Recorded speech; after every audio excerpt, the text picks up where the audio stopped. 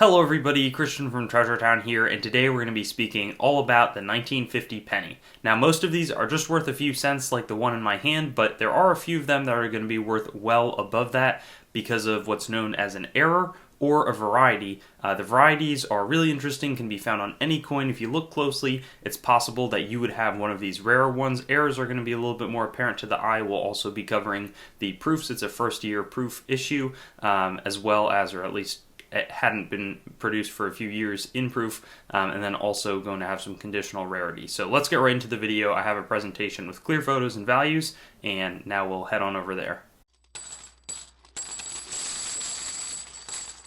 So let's get into the 1950 Lincoln cent, the last decade of the Lincoln cents before they'd switch over to the memorial cents in 1959. I'm just going to sort of leave this slide. You can pause it if you'd like to learn more about it, but the conditional rarity on this one is possible for upside, but there's not like super common 1950 coins that are going to grade in the mint state 66 and up range, but there can be coins that are worth submitting. If you're really confident in a 66 or higher, that's great. This is a mint state 65 PCGS, $15, which is like a loss already unless it's like some bulk deal that you got that's really good. So the whole point is, a non mint state 65 raw coins are going to be a lot lower than $15. In terms of the proofs, this was the first year that they brought back the proof set. So the mintage of 51,000 means that these are actually pretty desirable in pretty much any condition. But if you can get one in a cameo or a deep cameo, which is where there's a lot of contrast between the main part of the coin, sort of the design elements like the 1 cent, wheat ears,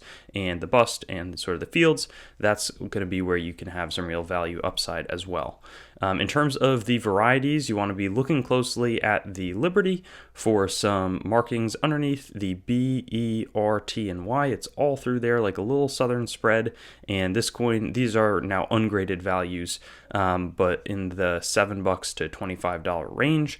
This is one of the better ones to look for. The next one, it's not this little dot over here that's a die marker, but instead there is a double die obverse doubled eyelid under that primary eyelid. It's like a second protruding one. This one's pretty small, pretty minor, but the good thing is these varieties are really not being searched for, especially if you see ones that are graded. It's something where you can just easily check for. The same thing, there's going to be 2 on the back. It's really thin spreads, but sort of an east-west spread on the outside of the O, the N, the C, and the E in 1 cent.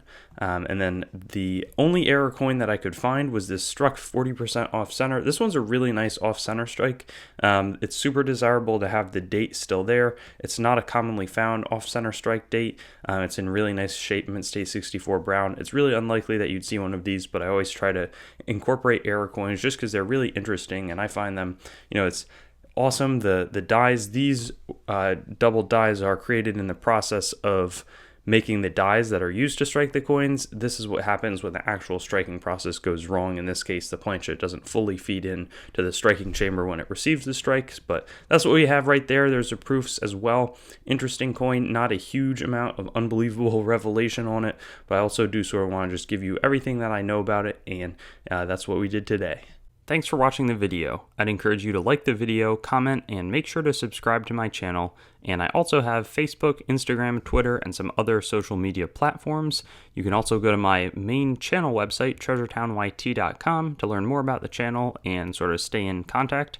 I also will eventually host all of these videos on coinsmetalscards.com, which will be both news, marketplace, and coin information. I do have the goal of eventually getting pretty much every US coin, date, mint mark, denomination on the channel with a similar video to the one that you just watched, and that will likely all be hosted there.